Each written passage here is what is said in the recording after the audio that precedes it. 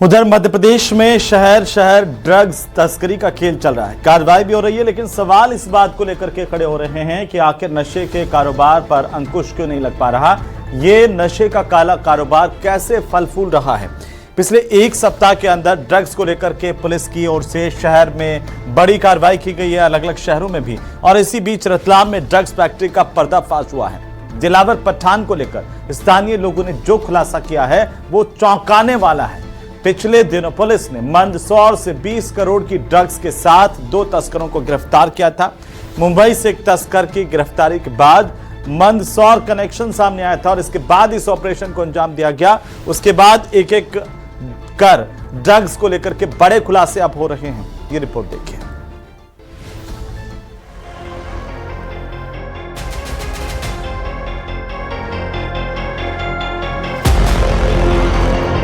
MP में शहर शहर ड्रग्स का खेल चल रहा है। युवाओं को जहर की लत लगाई जा रही है। पिछले एक हफ्ते में पुलिस ने लगातार ड्रग्स माफिया पर कार्रवाई की।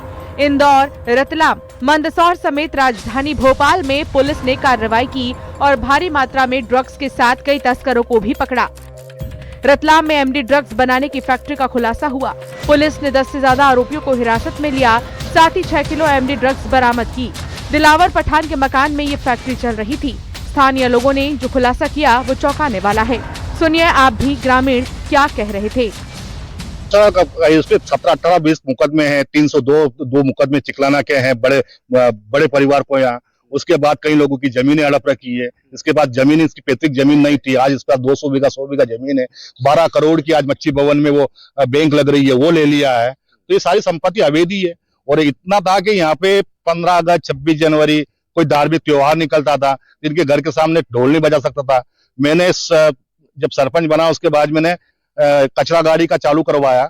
उस कचरा गाड़ी इनके घर से वो स्लोगन बजता था स्वच्छता का, वो नहीं चलता था। यही नहीं, मास्टरमाइंड दिलावर पठान ने डरा धमका कर लोगों की जमीन पर भी कब्जा किया। लोगों का कहना है कि आज गांव का असल मायने में आजादी मिली है। सर ये मतलब पैसा जो देते थे और 10 गुना 20 गुना पे पैसा देते थे ये लोग, और उस व्यक्ति अफोर्ड कर नहीं पाता था, वो दे नहीं पाता था, तो उसकी जमीन की ये रजिस्ट्री करवा लेते थे। उसको घर पे बैठा कर, उसको डरा धमका कर अवैध कब्जा कर लेते थे। और कैसा आतंक क्या था यहाँ पे, क्या करते थे ये लोग? हमको तो आज ऐसा लग रहा है कि हमारा गांव आज आजाद हो गया है। क्यों ऐसा? बच्चों से लगा कि युवा हमारी एमडी नशे में दूध हो रही थी। एमडी रख देते पास में और उसका एफआईआर बना के फिर तोड़ बट्टा हो जाता था। मास्टरमाइंड दिलावर पठान का राजनीतिक कनेक्शन भी सामने आया। जावरा विधानसभा सीट से दिलावर पठान ने आजाद समाज पार्टी के टिकट पर चुनाव लड़ा था। उधर ड्रग्स को लेकर डीजीपी कैलाश मकवाना ने दावा किया है कि अगले 3 साल में प्रदेश से इसे खत्म कर दिया जाएगा। 1 अप्रैल 26 से उसकी क्लॉक स्टार्ट होगी and for next 3 years the challenge is कि नारकोटिक्स ड्रग्स को न सिर्फ प्रदेश बल्कि देश से फ्री करना है। तो इसमें हम सभी को एक सुनियोजित ढंग से कार्रवाई करने की आवश्यकता है। एडीजी नारकोटिक्स इसमें कार्य कर रहे हैं और एक्शन प्लान भी तैयार किया जा रहा है। ड्रग्स की तस्करी इन दिनों एमपी में पुलिस और प्रशासन के लिए चुनौती बनी हुई है। सबसे बड़ी बात, एमपी के युवाओं को भी ड्रग्स की लत लग रही है। ऐसे में ड्रग्स और तस्करों पर नकेल कसने की जरूरत है। Bureau report, news 18। और इसी बीच राजधानी जयपुर से बड़ी खबर आ रही है, जहां चांदी के भाव आज ऑल टाइम हाई पर है। जयपुर में चांदी का भाव जो है वो है 2,92,000 रुपए प्रति किलोग्राम के हिसाब से 2,92,000 पर चांदी पहुंच गई है। जयपुर की ये रेट्स हैं जहां पर पिछले 4 दिनों में करीब 40,000 रुपए की बढ़ोतरी हुई है। सोने का भाव आज 1,45,000 प्रति 10 ग्राम हो गया है। सोने के मुकाबले चांदी का भाव तेजी से बढ़ रहा है। आगे भी भाव में बढ़ोतरी होगी, सराफा व्यापारियों की तरफ से यह कहा गया है। अचानक से सोने चांदी के भाव लगातार बढ़ते चले जा रहे हैं और अब स्थितियां यह हो गई है कि सोना और चांदी आम आदमी की पहुंच से बाहर होता हुआ नजर आ रहा है। सोने का भाव आज 1,45,000 रुपए प्रति 10 ग्राम रहा। उधर चांदी के भावों की अगर हम बात करें तो यहां पर चांदी का भाव है 2,92,000 रुपए प्रति किलो के हिसाब से। 4 दिन में करीब 40,000 रुपए बढ़े हैं।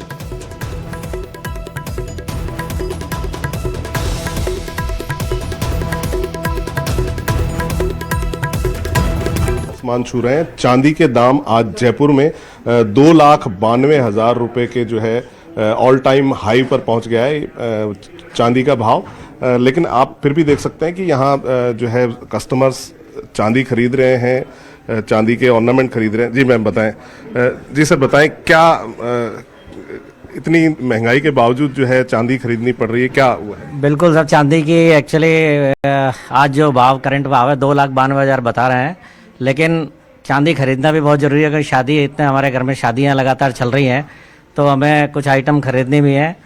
और कुल मिला के चांदी का जो आसमान में भाव चढ़ रहा है, तो भावों का कोई असर जो है, जो रीति रिवाज है उन पे नहीं पड़ रहा है? नहीं, उस पर तो कोई नहीं पड़ रहा, क्योंकि जो हमें शादी में लेना है, जो आइटम लेने हैं वो तो लेने ही है, वो तो कंपलसरी है कि उनके, और उससे चांदी के उस पर कोई फ़र्क नहीं पड़ेगा।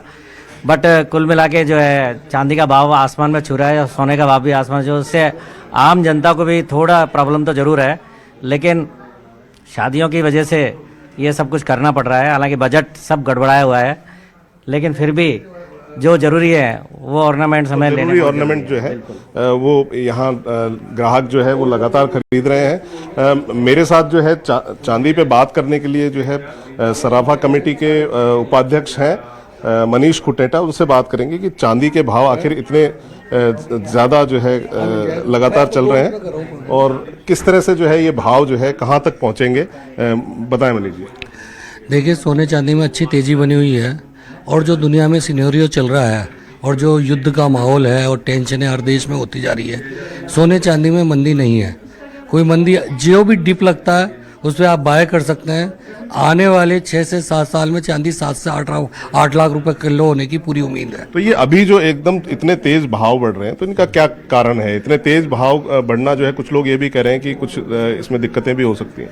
नहीं, दिक्कत की कोई बात नहीं है। जो इस बार लॉजिकल है कारण बढ़ना, एक तो इसका कंजम्पशन बहुत तेज़ी से बढ़ रहा है चांदी का, इसमें ईवी में भी लग रही है, सौर ऊर्जा के पैनल जो बन रहे हैं उनमें भी लग रही है, कंप्यूटर में, चिपों में, इनमें भी चांदी का कंजम्पशन बढ़ रहा है। तो चांदी गुड कंडक्टर है, तो हर जगह चांदी का यूज बढ़ रहा है।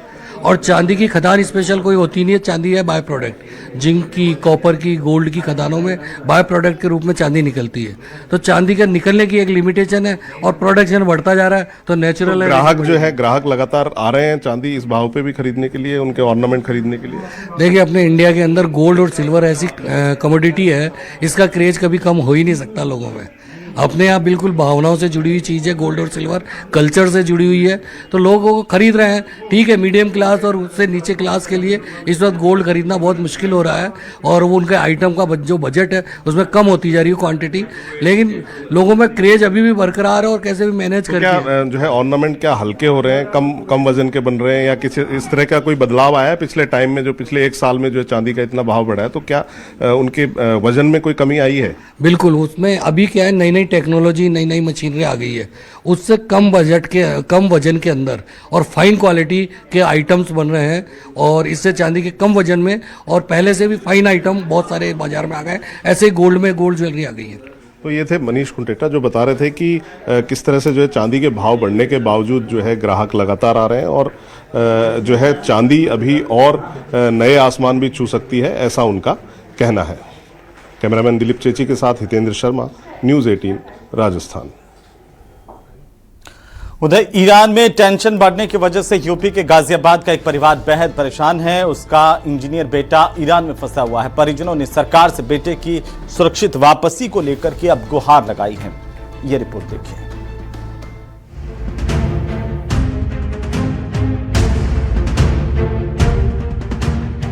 ईरान में फंसा भारतीय इंजीनियर, गाजियाबाद में परिजन परेशान, सरकार से लगाई मदद की गुहार। गाजियाबाद के साहिबाबाद डीएलएफ निवासी मुकेश मेहता और उनकी पत्नी रजनी मेहता काफी परेशानियों से जूझ रहे हैं। उनका इकलौता बेटा पिछले साल जून के आखिर में घर से गया था। 6 महीने बाद घर आने की बात कही थी, लेकिन 6 महीने बीत गए, वो नहीं आया। अब माता पिता के माथे पर चिंता की लकीरें हैं। उनका बेटा केतन मेहता, जो मर्चेंट नेवी में इंजीनियर है, इस वक्त ईरान में फंसा हुआ है और इस वक्त ईरान के हालात बेहद खराब हैं। हर वक्त युद्ध की आशंका गहरा रही है। ईरान और अमेरिका की टेंशन चरम पर है। ईरान में प्रदर्शनकारी सड़कों पर उतर गए हैं। वहीं ईरान में भारतीय लोगों की भी अच्छी खासी तादाद है। ईरान में 10 से 12 हजार भारतीय मूल के लोग मौजूद हैं। तेहरान और कुछ दूसरे शहरों में हालात खराब हैं, जिसे लेकर ईरान में भारतीय लोगों के लिए उनके यहाँ रिश्तेदार चिंतित हैं। तेहरान में भारतीय दूतावास ने अपने नागरिकों को देश छोड़ने की एडवाइजरी जारी की है। ईरान में अगले पल क्या हो जाए कोई नहीं जानता। इसी बात से केतन मेहता का परिवार बेहद खौफजदा है। Ketan Mehta MT global S नाम के जहाज पर इंजीनियर के पद पर तैनात थे। बताया जा रहा है कि ईरान की रिवोल्यूशनरी गार्ड ने जहाज को अपने कब्जे में लेते हुए केतन समेत कुल 16 क्रू मेंबर्स को हिरासत में ले लिया है। पास किसका फोन आया था, उसने क्या कहा? नहीं, वो हमें पता नहीं, अननोन नंबर था, मैं नहीं जानता उसका, लेकिन बाद में पता लगा कि कैप्टन का भाई यहाँ कहीं है। कैप्टन के भाई को पता लगा कि भाई ये शिप के सारे मेंबर्स अरेस्ट हो चुके हैं, और किस वजह से अरेस्ट हुआ है ये नहीं पता लगा। अच्छा, टोटल कितने लोग अरेस्ट हुए हैं वहाँ? क्या बताया उन्होंने? कैप्टन समेत 10 लोग। कैप्टन से 10 लोग। अब तक आपने केतन की रिहाई के लिए क्या किया है? भाई अपने PMO ऑफिस में लेटर डाला है। परिवार का कहना है कि उनका केतन से कोई संपर्क नहीं हो रहा है। 31 दिसंबर को उससे आखिरी बार बात हुई थी। माता पिता सरकार से केतन की सुरक्षित वापसी की गुहार लगा रहे हैं। ये ईरान में फंसा हुआ है मेरा बच्चा, और मैं भारत सरकार से हाथ जोड़ कर विनती करती हूँ कि मेरा बच्चा वहाँ से निकालें। अभी तक आपने भारत सरकार को लेटर लिखा क्या कुछ? वो तो मेरे हस्बैंड ने करा है, जो कुछ करा है। अब केतन के माता पिता बस यही चाहते हैं कि ईरान में हालात सामान्य हो जाएं, ताकि उनका बेटा घर लौट आए। परिवार लगातार विदेश मंत्रालय से संपर्क करने की कोशिश कर रहा है। गाजियाबाद से अमित राणा के साथ ब्यूरो रिपोर्ट, न्यूज़ 18।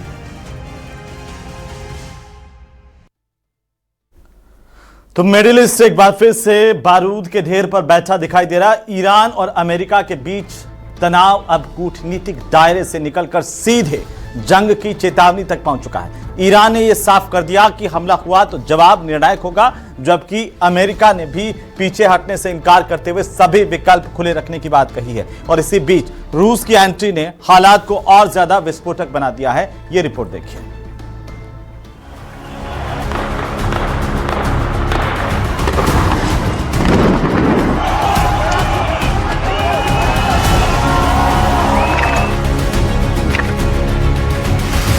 जंग के मुहाने पर ईरान अमेरिका।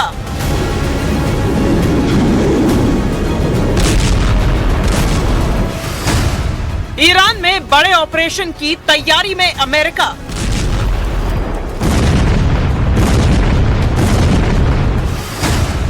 ईरान की अमेरिका को लास्ट वार्निंग।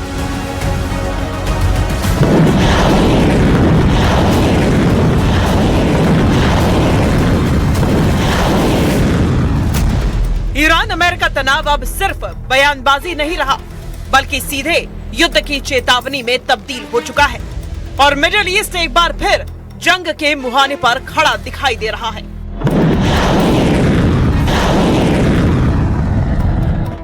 दोनों देशों के बीच अब तक जारी जुबानी जंग अब खुली धमकियों में बदल चुकी है। ईरान ने साफ चेतावनी दी है कि अगर अमेरिका ने कोई भी आक्रामक कदम उठाया तो जवाब बेहद सख्त होगा। वहीं अमेरिका ने भी पलटवार करते हुए कहा है कि राष्ट्रपति के लिए सभी विकल्प खुले हैं। निर्णायक जवाब के लिए तैयार ईरान। उधर संयुक्त राष्ट्र सुरक्षा परिषद में ईरान ने भी अमेरिका को फिर से धमकी दी है। ईरान ने कहा कि अगर हमला हुआ तो जवाब अंतर्राष्ट्रीय कानून के तहत दिया जाएगा। Iran seeks neither escalation nor confrontation. However, any act of aggression, direct or indirect, will be met with a decisive, proportionate, and lawful response under Article 51 of the Charter. This is not a threat. It is a statement of legal reality. Responsibility for all consequences will rest solely with those who initiate such unlawful acts. America ने पीछे हटने से किया इनकार। Iran को दी गंभीर नतीजे की चेतावनी। ईरान की इस चेतावनी पर अमेरिका भी पीछे हटने को तैयार नहीं है। व्हाइट हाउस की तरफ से फिर कड़ी धमकी दी गई। अमेरिका ने साफ किया कि अगर ईरान में हत्याएं हुई तो परिणाम गंभीर होंगे। यही नहीं, अमेरिका ने यह भी दावा किया कि दबाव का असर है कि ईरान में फांसियां रुक गई। What I will say with respect to Iran is that the president and his team have communicated to the Iranian regime that if the killing continues, there will be grave consequences. And the president received a message, as he revealed to all of you and the whole world yesterday, that the killing and the executions will stop. And the president understands today that 800 executions that were scheduled and supposed to take place yesterday were halted. And so the president and his team are closely monitoring this situation. And all options remain on the table for the president. Iran के निशाने पर अमेरिकी airbase. Iran ने America को खुली धमकी देते हुए कहा कि अगर वो आगे बढ़ा तो फिर सीज फायर या बातचीत जैसी कोई गुंजाइश नहीं बचेगी। ईरान ने अब अपनी नजर उन देशों पर भी टेढ़ी कर ली है जहां अमेरिकी एयरबेस मौजूद है। ईरान ने साफ कहा है कि सऊदी अरब, यूएई, कतर, बहरीन, तुर्की और इराक में मौजूद अमेरिकी एयरबेस सुरक्षित नहीं है।